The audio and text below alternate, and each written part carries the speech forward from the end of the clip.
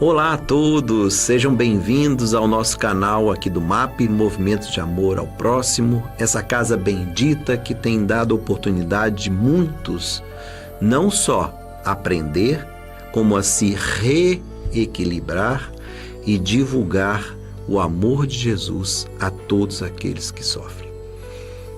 No dia de hoje, nós trouxemos para as nossas reflexões um tema quanto a Jesus. O tema de hoje é uma pergunta que eu já deixo aqui para todos nós. Quando nasceu Jesus? Quem pode responder essa pergunta? Eu acho que só Maria pode responder essa pergunta. Acho que ela e José sabem exatamente o dia e a hora que Jesus nasceu. Mas eu vou passar algumas informações que estão na internet para que vocês saibam a dificuldade que é para responder a essa pergunta. Olha aí, lá no UOL, Jesus não nasceu no dia 25 de dezembro. Entenda mais sobre o aniversário mais famoso do mundo. Olha a próxima. Provado na Bíblia, Jesus nasceu em outubro, não nasceu em dezembro. Olha o próximo. Fatosdesconhecidos.com.br. Se quiserem é só acessar lá. O mais provável, segundo os pesquisadores do assunto, é que Jesus faça aniversário entre os meses de maio e novembro, época de calor em Israel. Olha o próximo, lá do super interessante. Cristo não nasceu no Natal. Então fica a pergunta, quando é que Jesus nasceu? Quando é que Jesus nasceu? Se Jesus não nasceu em dezembro, e tem uma explicação histórica para que Jesus seja colocado o seu nascimento em dezembro, e a explicação histórica é que no hemisfério norte, aonde o cristianismo se desenvolveu primeiro, na Europa, dezembro inicia o período de trevas, ou seja, de inverno no hemisfério norte. Então, nada mais simbólico do que fazer com que a luz representada por Jesus nascesse em dezembro, o início do período de trevas na Europa. Só que para nós brasileiros não funciona, porque dezembro representa para nós o período de maior incidência do sol, maior luminosidade. Mas o mundo naquela época era a Europa, né, para o cristianismo. Então, historicamente, se colocou Jesus no período de menor incidência de luz, como se ele representasse a luz do mundo. Então, nós trouxemos aqui alguns questionamentos que podem ajudar a gente a entender quando nasceu Jesus. Na primeira imagem que nós vamos passar para vocês, é Jesus sendo batizado. Vocês se lembram dessa imagem? Jesus no Rio Jordão sendo batizado. João, não o evangelista, mas João Batista, que era primo de segundo grau de Jesus, o recebe no Rio Jordão e o batiza. Se nós perguntássemos para João quando Jesus nasceu, o que João diria? João Batista. Jesus nasceu no instante em que, chegando ao Rio Jordão, pediu-me que o batizasse. E ante a meiguice do seu olhar e a majestade da sua figura, pude ouvir a mensagem do alto: este é meu filho amado, no qual pus a minha complacência. Compreendi que chegara o momento de ele, Jesus, crescer e eu diminuir para a glória de Deus. É aí que Jesus nasce. Quando Jesus se apresenta a João Batista, mas João Batista entende quem é Jesus. A acolhe Jesus e diz: a minha tarefa agora está feita. Jesus que assuma a caminhada. É lindo isto, porque deixa de ser uma data e passa a ser o momento do encontro de João Batista com Jesus. Um momento decisivo na vida desse ser. Porque ele poderia negar Jesus, ele poderia não aceitar Jesus, mas ele aceita Jesus. E ele diz que ele cresça, mas Jesus não cresceu fora, cresceu dentro de João Batista. Se nós perguntássemos a Maria de Magdala, quando nasceu Jesus, o que será que ela diria? Jesus nasceu em dezembro, Jesus nasceu em abril, nasceu em março? Eu tenho certeza que ela responderia: Jesus nasceu em Betânia, a cidade que ela vivia, como uma mulher prostituta. Mais do que uma prostituta, ela era dona de um bordel. Ela não só se prostituía, como prostituía outras mulheres e, para ser verdadeiro, prostituía também os homens. Não só os vulgares, mas como até as grandes autoridades. Por que Jesus nasceu em Betânia? Porque foi lá que ela se encontra com Jesus. Foi certa vez que a sua voz, tão cheia de pureza e santidade, despertou em mim a sensação de uma vida nova, com a qual até então jamais sonhara. Ela que era possuída por 7 espíritos, ou melhor, uma multidão de espíritos sofredores que, como ela, sofriam os desejos da carne. Ao se encontrar com Jesus, ela se modifica completamente. Ela abandona sua vida e ela vai ser chamada de louca, porque ela volta à sua casa, ela joga tudo que tem para fora, ela doa tudo que ela tem, ela vende a casa e ela entrega todo o seu dinheiro à obra. É nesse momento que Jesus nasceu para Maria de Magdala. E esta mulher viverá todo o restante da sua vida com Jesus, acompanhando ele de perto. Ela é a primeira a recebê-lo depois do desencarne. E ao tentar continuar a sua vida junto com os discípulos, Pedro avisa ela: não é possível. Ela queria acompanhar Pedro e ele diz: não é possível. Com o Senhor, tudo bem. Ele tinha estofo moral para suportar as dificuldades de ter uma prostituta ao seu lado, mas eu não tenho.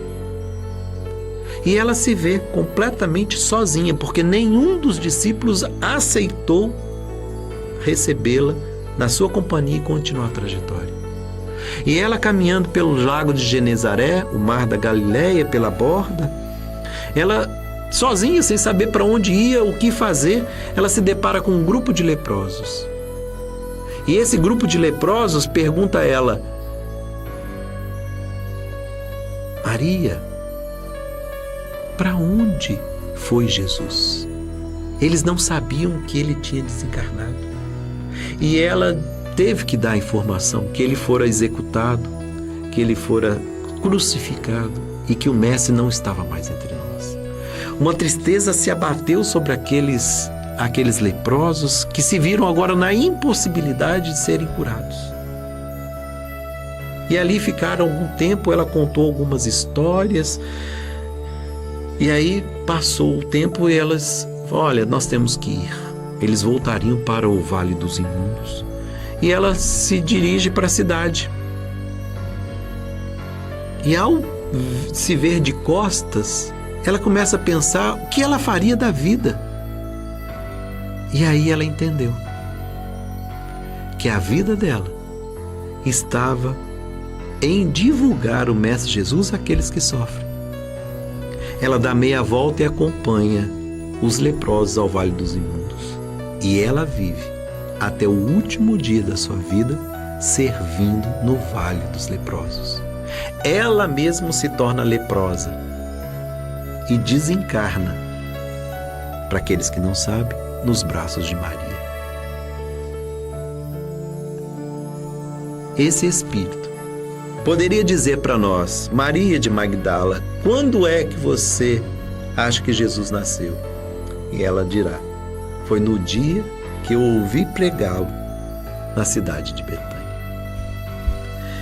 E se nós perguntássemos à mulher da Samaria, aquele que ele a encontra no poço de Jacó, e esse encontro é inusitado porque samaritanos não se dão com judeus. Todos eles acreditam no mesmo Deus, mas é como se fosse uma seita, um grupo religioso distinto do grupo principal, que eram os judeus. Então eles eram mal vistos. É mais ou menos hoje como alguém que seja cristão e o outro se diga, por exemplo, espírita. Os cristãos olham para os espíritas e falam assim: mas vocês não são cristãos. Porque nós somos cristãos de um jeito diferente. Nós temos posturas diferentes, nós temos crenças diferentes, mas aceitamos o mesmo Jesus. Os 4 evangelhos que nós seguimos são os mesmos: Marcos, Mateus, Lucas e João. Ah, mas vocês têm o evangelho segundo o Espiritismo. Não é o evangelho feito pelo Espiritismo, não é um outro evangelho. É o evangelho de Jesus, Marcos, Mateus, Lucas e João, lido segundo os princípios da doutrina espírita. Então, quando Jesus se encontra com a samaritana, eles sequer poderiam falar um com os outros. Homens e mulheres não se dirigiam diretamente um ao outro.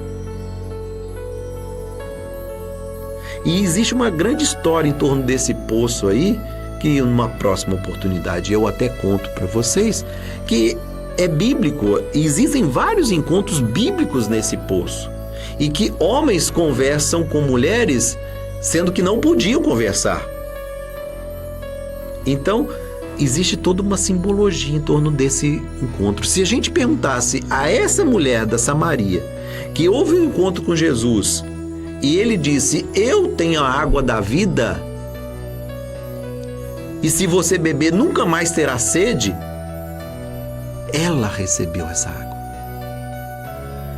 Ela se assombra com o conhecimento que Jesus tinha da vida dela. E quando ele começa a narrar toda a história dessa mulher e dizendo da necessidade dela acreditar em Deus, ela corre na cidade para dizer que Jesus era o Messias. Jesus era o enviado de Deus. E eles correm atrás de Jesus para ver que homem é esse, que ser é esse tão extraordinário que ela tinha visto. E eles não veem nada de diferente. Lógico, o coração não estava aberto para receber as vibrações, a serenidade de Jesus, as lições que ela recebeu. A água não é esta água, não é água fluidificada. É quando nós bebemos, quando nós sorvemos, como nós incorporamos o Evangelho de Jesus. Ah, Daniel, mas a água fluidificada é importante. Não estamos falando disso.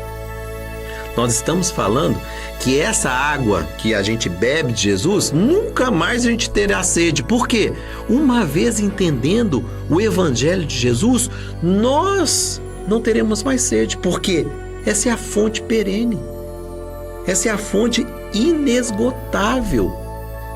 Essa é uma fonte que não se acaba.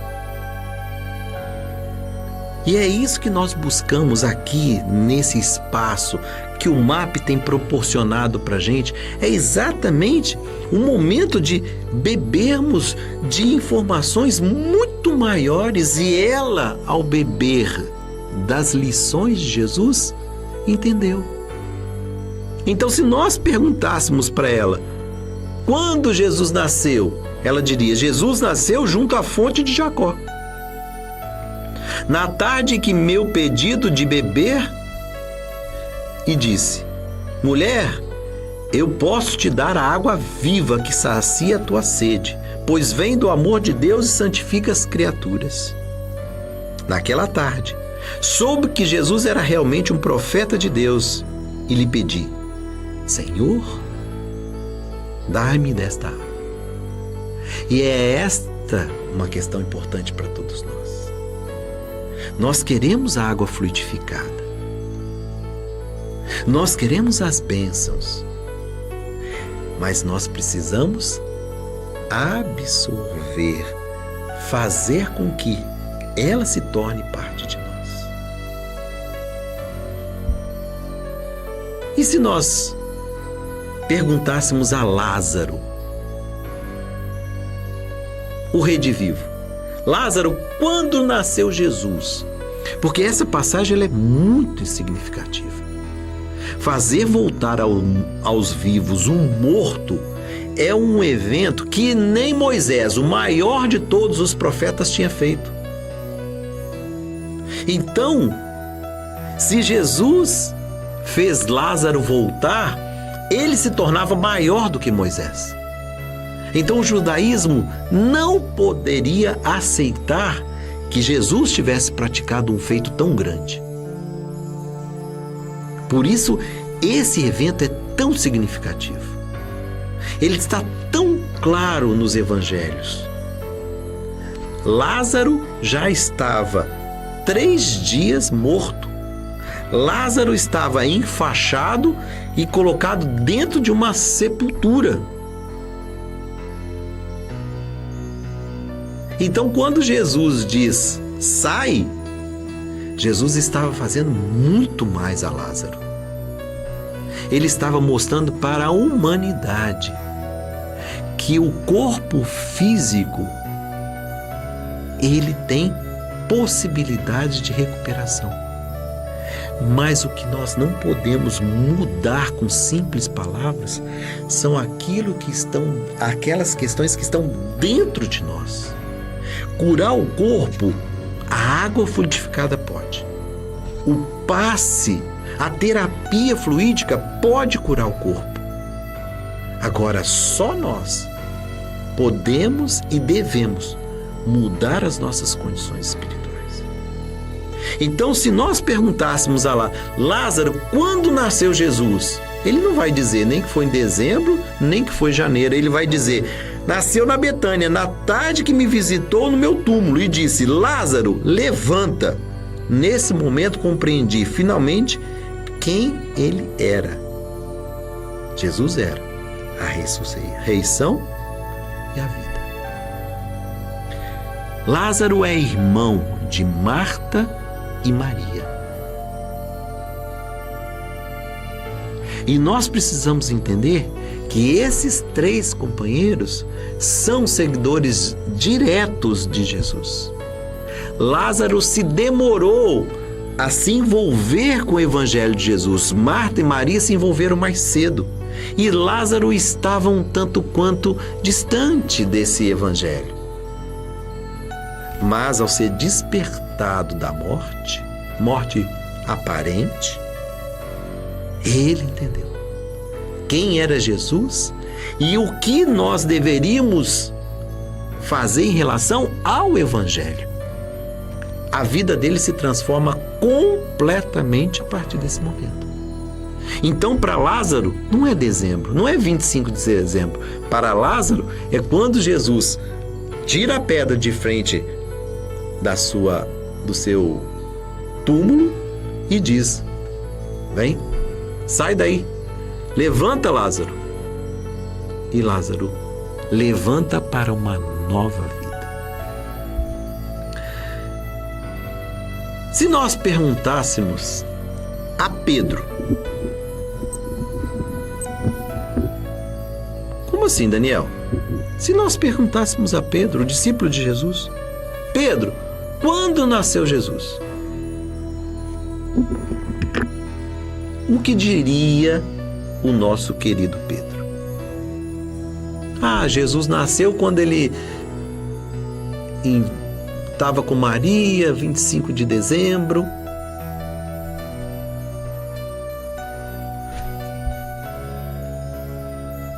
O que Pedro diria? E Pedro diria: Jesus nasceu no pátio do palácio de Caifás, na noite que o galo cantou pela terceira vez, no momento em que eu o havia negado. Foi nesse instante que acordou minha consciência para a verdadeira vida. Entenderam? A importância do nascimento de Jesus não está na data, mas no momento que nós escolhemos seguir Jesus. Pedro esteve com Jesus 3 anos. E foi aparecer a primeira grande dificuldade, grande mesmo, que era a ausência de Jesus e a iminência de uma prisão, que Pedro nega Jesus 3 vezes. E Jesus tinha avisado a ele: Pedro, tu me negarás. E Pedro fica chateado com essa situação.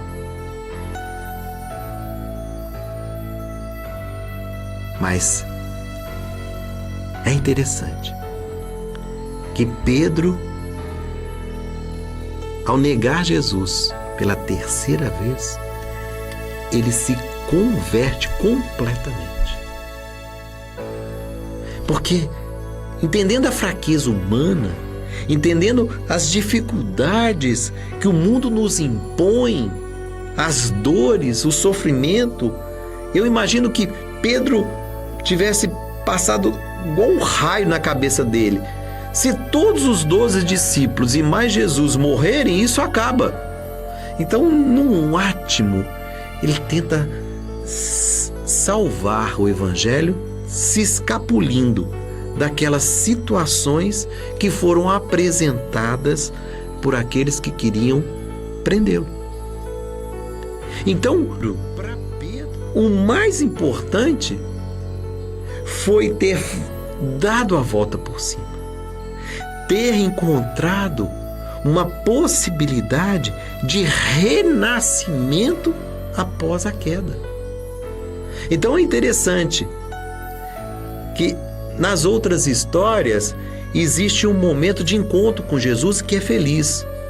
Para Pedro, Jesus nasceu num momento extremamente triste, de queda, de falha.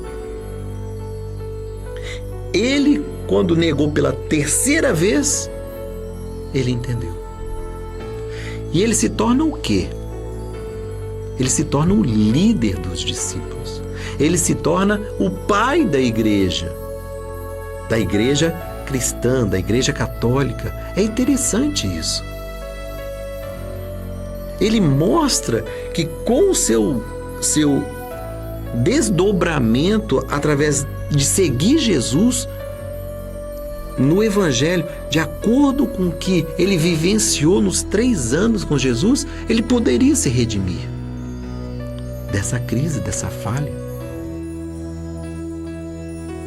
E é interessante que Pedro vai chegar no final da sua jornada na terra, sendo preso no Império Romano e levado para a execução. E a imagem que nós passamos para vocês está relatando exatamente isso. E no momento da execução, ele diz assim: eu não sou digno de morrer como mestre. E os soldados aceitam. Então tá, então você não vai morrer crucificado. De pé. Eles crucificaram Pedro de cabeça, ponta cabeça, de cabeça para baixo. Esse era o Pedro, após Jesus nascer para ele. Então, se nós perguntássemos, Pedro, quando nasceu Jesus? E ele vai dizer, foi no momento da minha maior queda.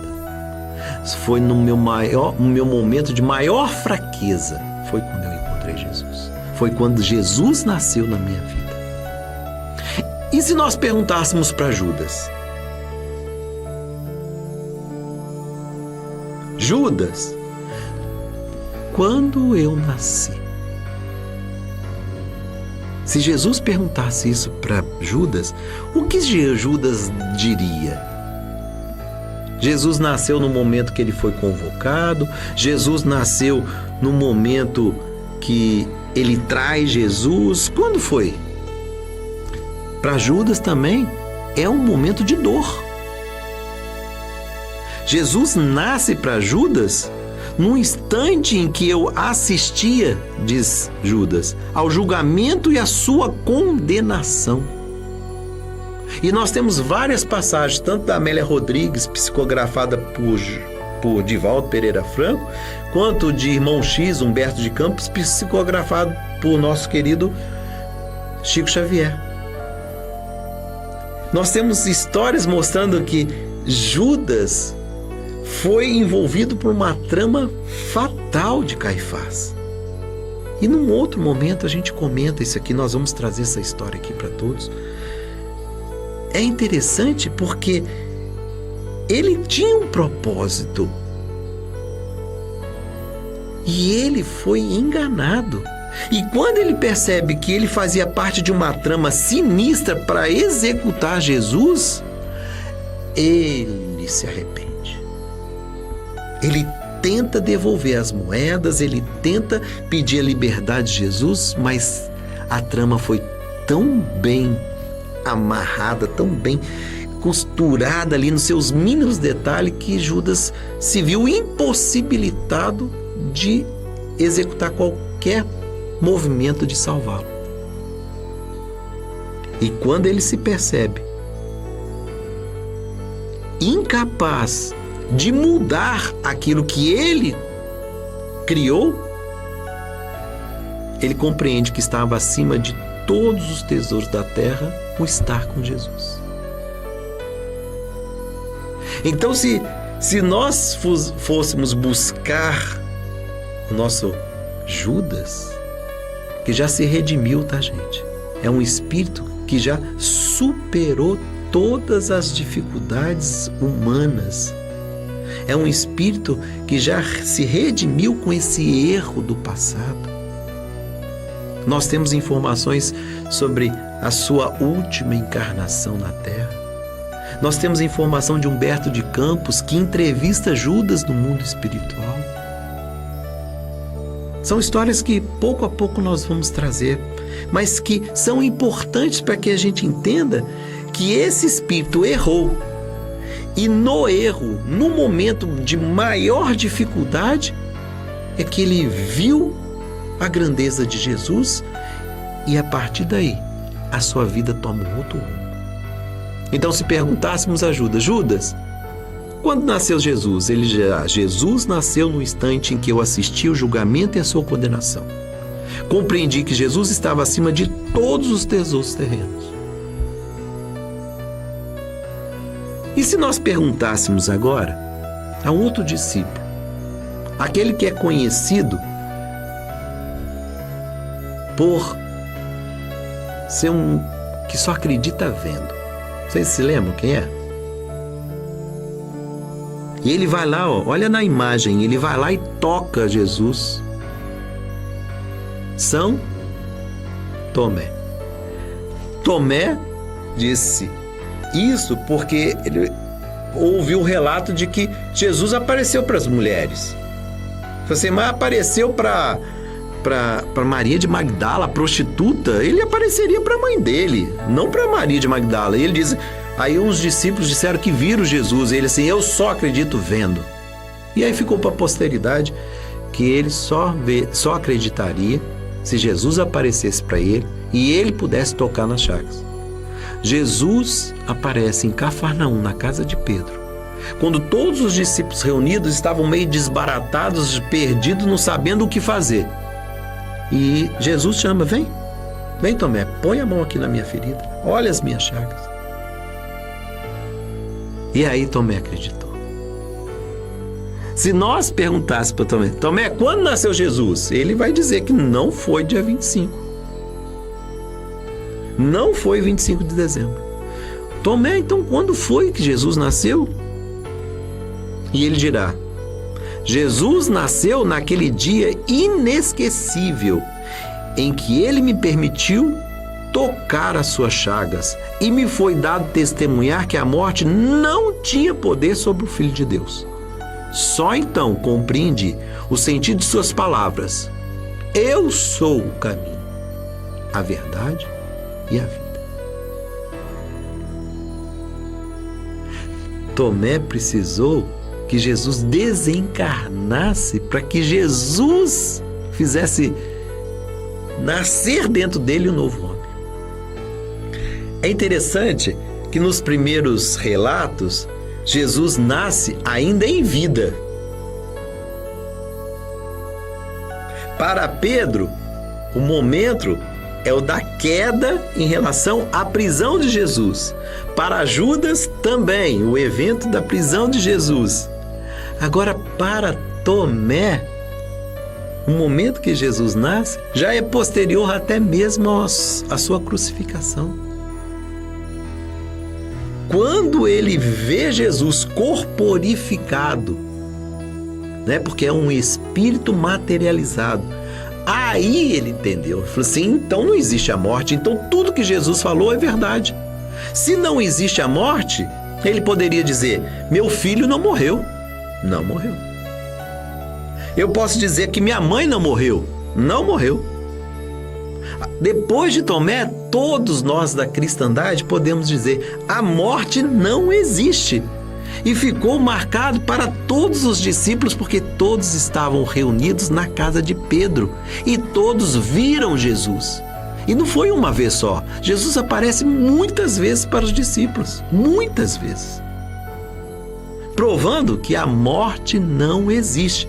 Se fosse um corpo de carne, Jesus apareceria e ficaria com eles. Mas por que a gente sabe que não é um corpo de carne? Porque Jesus aparecia e desaparecia, aparecia e desaparecia. Só um espírito materializado pode aparecer e desaparecer. Então, para Tomé,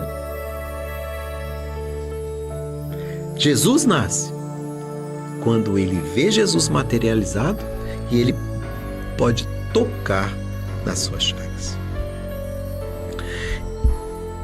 E se nós perguntássemos a Joana de Cusa, era mais uma das mulheres que seguia Jesus de perto: Maria de Magdala, Joana de Cusa e Maria, a mãe de Jesus. Eram 3 mulheres que estavam sempre acompanhando as jornadas de Jesus. Se nós perguntássemos a Joana de Cusa quando nasceu Jesus, sabe quando ela responderia? É uma história que está no livro Boa Nova, intitulada Joana de Cusa. Joana de Cusa tinha uma dificuldade muito grande com Cusa. Cusa é o nome do marido. Na antiguidade, muitas das vezes, as mulheres recebiam a intitulação de quem elas eram. Então, Joana de Cusa. De Cusa, a cidade de Cusa, onde o marido dela vivia. Então, Pedro de Bar Jonas. Quando fala Bar, é de Pedro de Jonas. Jonas é o pai dele. Então é uma característica, ou é o lugar, ou é o pai, ou é a mãe. Então, Joana de Cusa é a cidade de Cusa.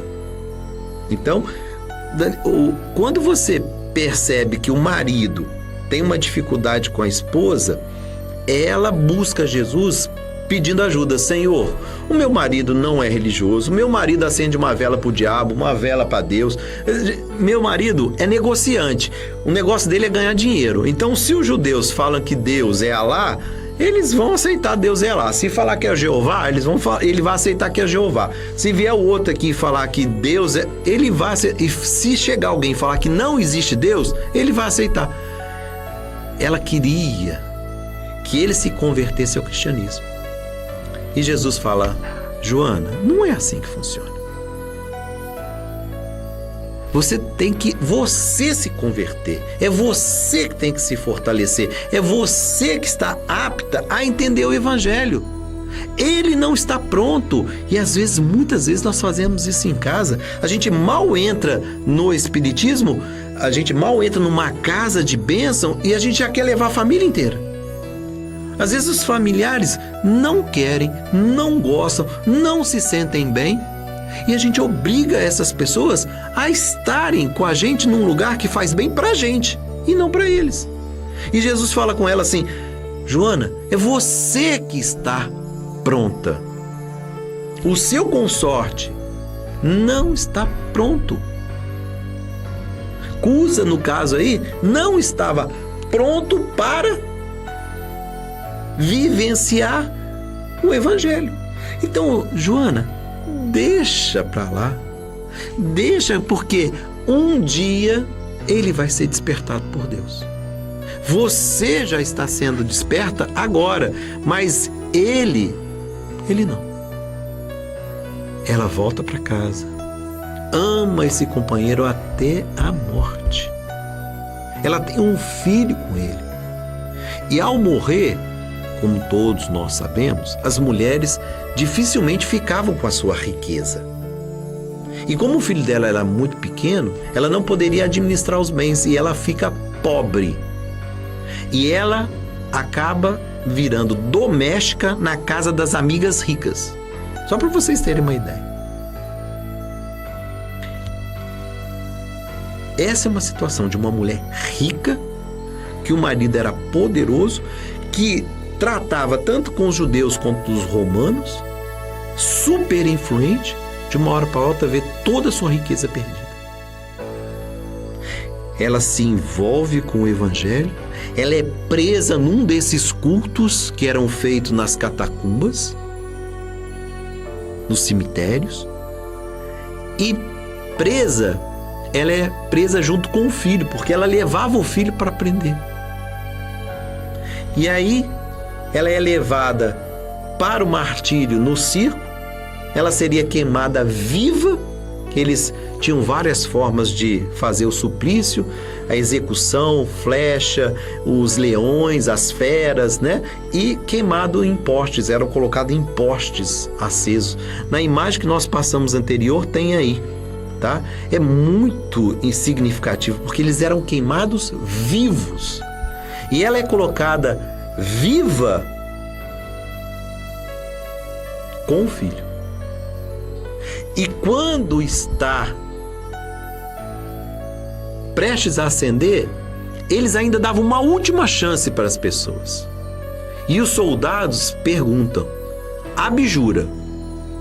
Porque se ela negasse abjurar, quer dizer, negue Jesus. Se ela negasse Jesus, ela se veria livre. Só que ela tinha que fazer isso em público. Ela falou assim: eu não vou fazer isso. Só que aí vira o filho. O filho que ainda era jovem. E diz a ela: mãe, se você não nega por Jesus, nega por mim, que sou seu filho. Aí eu imagino o meu coração de pai. Se um filho meu me pede uma coisa dessa, pai, é só dizer, você vai falar não aqui, a gente vai se libertar e a gente continua seguindo Jesus. Mas aquele momento não era um momento qualquer, era um momento de exemplificação da confiança em Jesus. E o soldado insiste: abjura. Ela não. Não, mas de jeito nenhum. E o soldado ainda vai zombar dela. Esse seu Cristo só te ensinou a morrer? E ela responde: não. Ele me ensinou a te amar, a te perdoar. E é interessante que se nós buscarmos nessa história, e eu prometo trazer essa história um outro momento para nós aqui, a gente vai ver que ela desencarna e o filho vai junto. Se nós perguntássemos a Joana de Cusa quando Jesus nasceu, ela dirá: foi nesse dia que eu estava no poste para ser queimada e ouvi o povo dizer nega, e ela, fortalecida, teve que dizer: não nego, eu acredito em Jesus. E aí ouviu não do povo, mas ouviu do filho: nega, mãe. E ela diz: não, nós seremos fiéis a Jesus até na morte.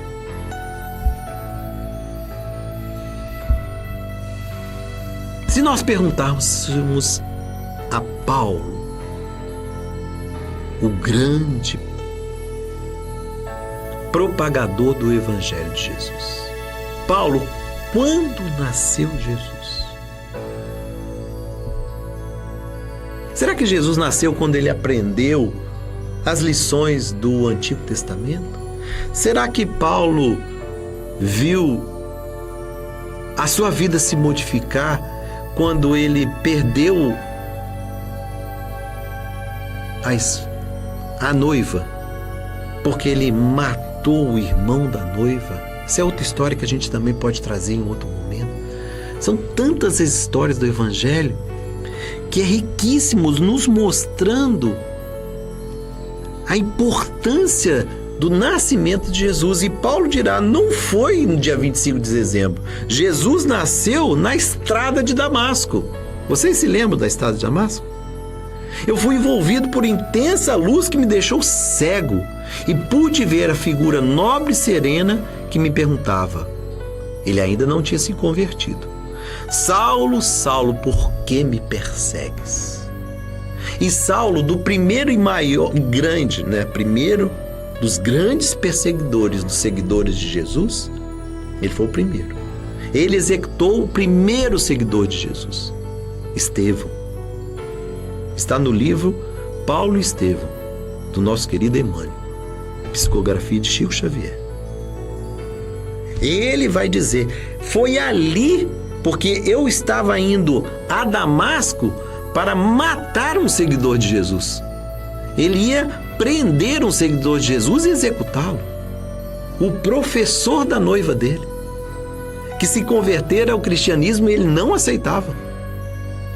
Foi ali, porque ali eu deixei de ser cego fisicamente para me tornar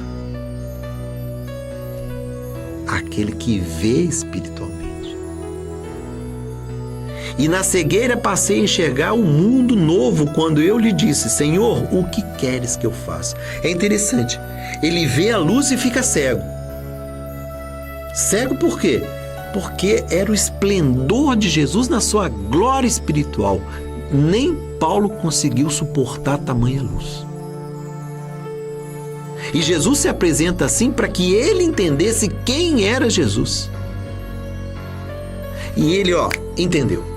E o que ele faz, eu acho impressionante. A primeira frase dele é: Senhor, o que queres que eu faça? Ou seja, eu nem questiono mais, Jesus é o Senhor e eu vou segui-lo. A partir de agora, a minha vida não me pertence mais. É lindo, é lindo. E se nós perguntássemos a Francisco de Assis, quando é que Jesus nasceu?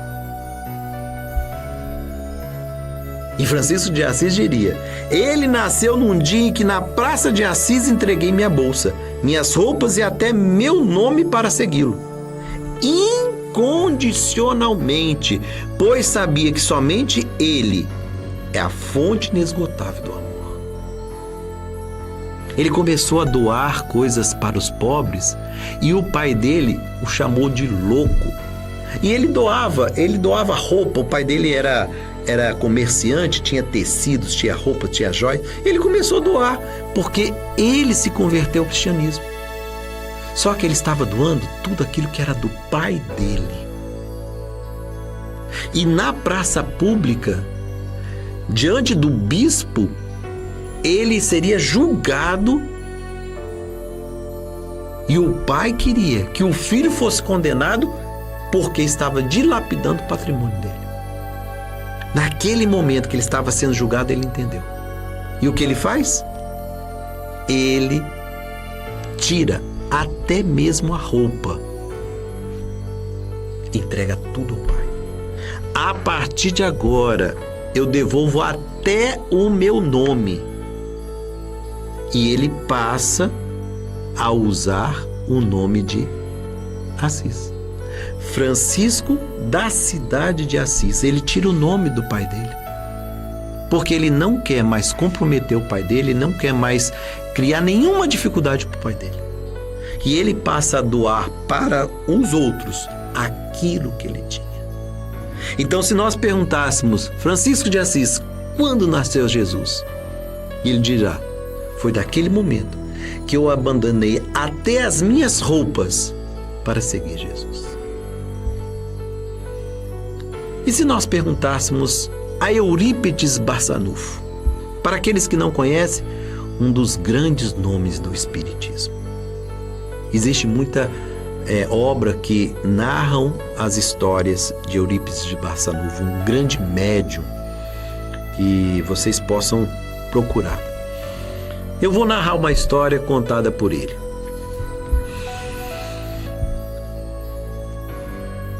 Eurípides de Barçanufo se vê desdobrando em espírito. E ele se vê sair do corpo. E essa era uma característica própria da mediunidade dele. Ele fazia o desdobramento. Ele estava no corpo físico, mas ele se deslocava e ia para um outro lugar. E ele se vê numa planície, olhando. E ele vê Jesus chegando. E ele se aproxima de Jesus. E quando ele olha com muito cuidado, com muito carinho para Jesus, ele percebe que Jesus estava chorando. E Eurípides diz assim: Senhor, choras pelas dores do mundo, pelos que violentam, pelos que roubam, pelos aqueles que estão aí usando o poder contra o povo. E ele narrou um montão de dores que o mundo carrega. E aguardou a resposta. Jesus, muito sereno, diz para ele: Não, meu filho, não sofro pelos descrentes, aos quais devemos amar. Choro por todos os que conhecem o Evangelho, mas não praticam. Esse era Eurípides Barçanufo. Diz que ele volta ao corpo igual um raio. E a partir daquele dia, ele nunca deixou de trabalhar em favor do Evangelho. Até o último dia da sua vida. E para fechar, eu ainda vou contar um caso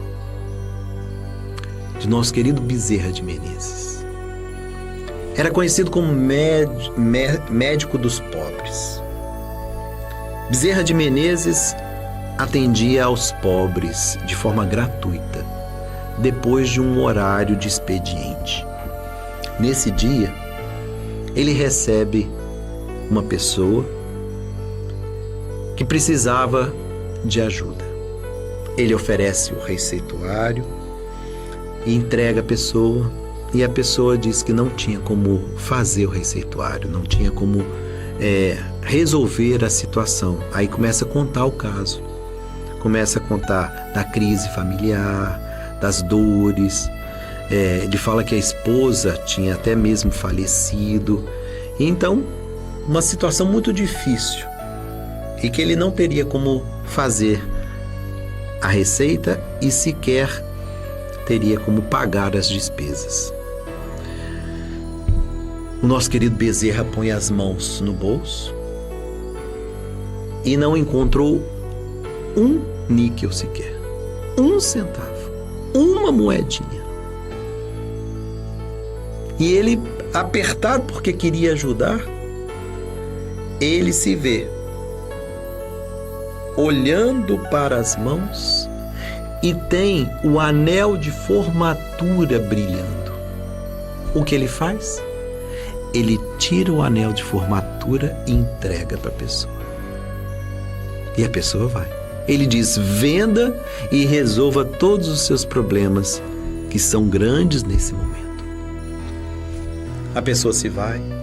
E Bezerra de Menezes recebe mais uma pessoa. E essa pessoa acaba falando quase que as mesmas situações. Estou desempregado, estou passando fome, estou com o aluguel vencido, estamos passando muitas dificuldades na minha casa, não tenho dinheiro sequer para comprar a receita que o senhor está passando. E aí Bezerra se viu num aperto danado. Porque até o anel de formatura ele já tinha dado. Ele tinha acabado de entregar o anel. Ele sabia que não tinha um tostão no bolso. Ele não tinha nada para oferecer. E nesse momento que ele viu que ele não tinha nada para oferecer, ele disse: vem cá, recebe um abraço em nome de Maria. Ele abraçou com tanto carinho, abraçou com tanta vontade aquele companheiro, dizendo: vá para casa e abrace todos os seus parentes. Ora e peçamos a Maria que nos fortaleça. Esse companheiro vai para casa. E depois de alguns dias, ele volta, não no escritório do Bezerra, mas na FEB. Bezerra estava descendo a escadaria da FEB e encontra com o companheiro. E ele diz: Bezerra, vim te devolver o abraço que você me deu. Porque eu fiz tudo o que você me mandou. Eu recebi o seu abraço com o envolvimento de Maria. Cheguei em casa, abracei todos os meus familiares, nos sentamos e oramos a Maria. Naquele dia, até a febre que estava me acometendo e alguns dos meus parentes sumiu. Ganhamos um ânimo novo e no outro dia, inspirado que acordei, fui para a rua procurar emprego. E na primeira porta que eu bati, eu recebi uma oportunidade de emprego. Eu vim te devolver o abraço porque esse abraço renovou a minha vida. Bezerra, muito emocionado, entendera que ele naquele abraço tinha dado muito mais do que o anel, do que as receitas, do que todo o dinheiro que ele tinha distribuído. Porque ele tinha doado a verdadeira fé, o verdadeiro amor. E junto com o companheiro choraram, profundamente emocionados.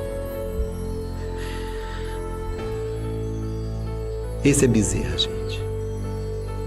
Um dos guias espirituais dessa casa bendita, chamada Movimento de Amor ao Próximo. Mas se nós podemos saber quando Jesus nasceu, nós temos que perguntar a Maria. E ela nos dirá: Jesus nasceu em Belém, sob as estrelas, que eram um foco de luzes guiando os pastores e suas ovelhas ao berço de palha. Foi quando segurei em meus braços pela primeira vez e senti se cumprir a promessa de um novo tempo, através daquele menino que Deus enviara ao mundo para ensinar os homens a lei de amor. Agora pensemos um pouquinho e nos perguntemos: e para nós, quando Jesus nasceu? E se nessa reflexão nós descobrirmos que Jesus não nasceu?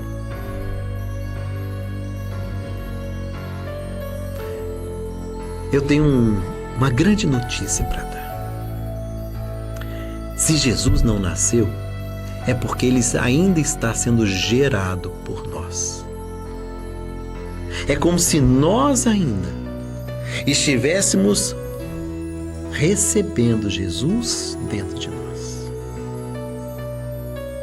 Se Jesus não nasceu, é porque ele ainda está crescendo dentro de nós. E dia virá que ele há de nascer dentro de nós. E sabe o que vai acontecer nesse dia que ele nascer dentro de nós? Será Natal. Será o nosso Natal. E eu espero que um feliz Natal. Paz e bem. Paz e luz. Paz. Muita, muita, muita